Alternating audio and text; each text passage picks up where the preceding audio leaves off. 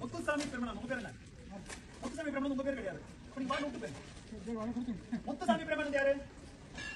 முத்துசாமி பிரமணன் யாரு? இல்ல இல்ல நமக்கு தெரியும். முத்துசாமி பிரமணன் கூப்பிடுங்க. ஓகே this part is அது carrier. Muthusamy Pramanan is the original person. So that's enough. Bill is there. Bill is there. Don't give him. Bill is there. Don't put in his bag. Okay, bag put. Muthusami Brahmanan is the carrier. He is the carrier of Muthusami Brahmanan, so he will pay. Others he can give it to him. Okay, I will pay it. No, you sit. Okay, you can live without passport. You live without passport. You don't care. You live without passport. Muthusami Brahmanan. Okay, you clearly put that. He is acting as a carrier for Muthusami Brahmanan. Yes.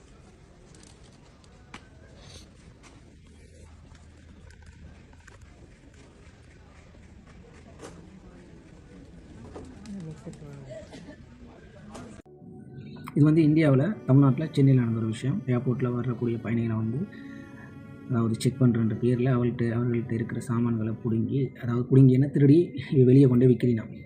அதுதான் இவங்களோட ஆரம்பத்தில் இருந்து இப்போ வரைக்கும் செயல்பாடு. இது இன்றைக்கு நேற்று நடக்கல, இது பல காலங்கள் நடந்து கொண்டு இருக்குது. படிக்காத ஒரு பாமர மக்கள் வந்தோன்னா அவங்களை ஏமாற்றி அவங்கள்ட்ட வந்து ஆங்கிலத்தில் கதைச்சு கொண்டு அவர்கிட்ட இருக்கிற சாமான்களை திருடி கொண்டு வெளியே எறிகிற மாதிரி எரிஞ்சு போட்டு தாங்க கொண்டு வெளியில் கொண்டு விற்கிறது.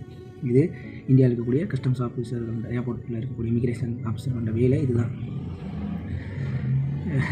இவர்களை வந்து நம்ம கடந்து போக முடியலை. ஏனென்றா சத்தியம் இந்த வீடியோ வந்து நான் இதை போஸ்ட் பண்ணுற காரணம், இந்த வீடியோ என்ன 4 பேர்கிட்ட போய் சேர்ந்து இவரை மாதிரி ஆட்களுக்கு தக்க தண்டனை கிடைக்கணும்.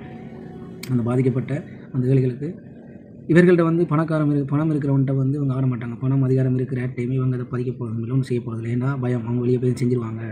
இப்போ இவர்களால் பாதிக்கப்பட போகிறது ஏழைகளும் நடுத்தர வர்க்கத்தினர் தான். இதை நாம் கடந்து போனோம்னா இது மாதிரி தொடர்ந்து இன்றைக்கு எங்களுக்கு நடக்கலாம், நாளைக்கு எங்களுக்கு நடக்கலாம், எங்கள் குடும்பம் சார்ந்த எல்லாருக்கும் நடக்கலாம். இவர்களுக்கு தண்டனை கிடைக்கும் வரைக்கும் மறக்காமல் ஷேர் பண்ணுங்கள். இந்த வீடியோ ஒரு பெரிய இஷ்யூ ஆகி இது மாதிரி செய்யக்கூடியவர்கள் வந்து கண்டிப்பாக தண்டனை கிடைக்கும்.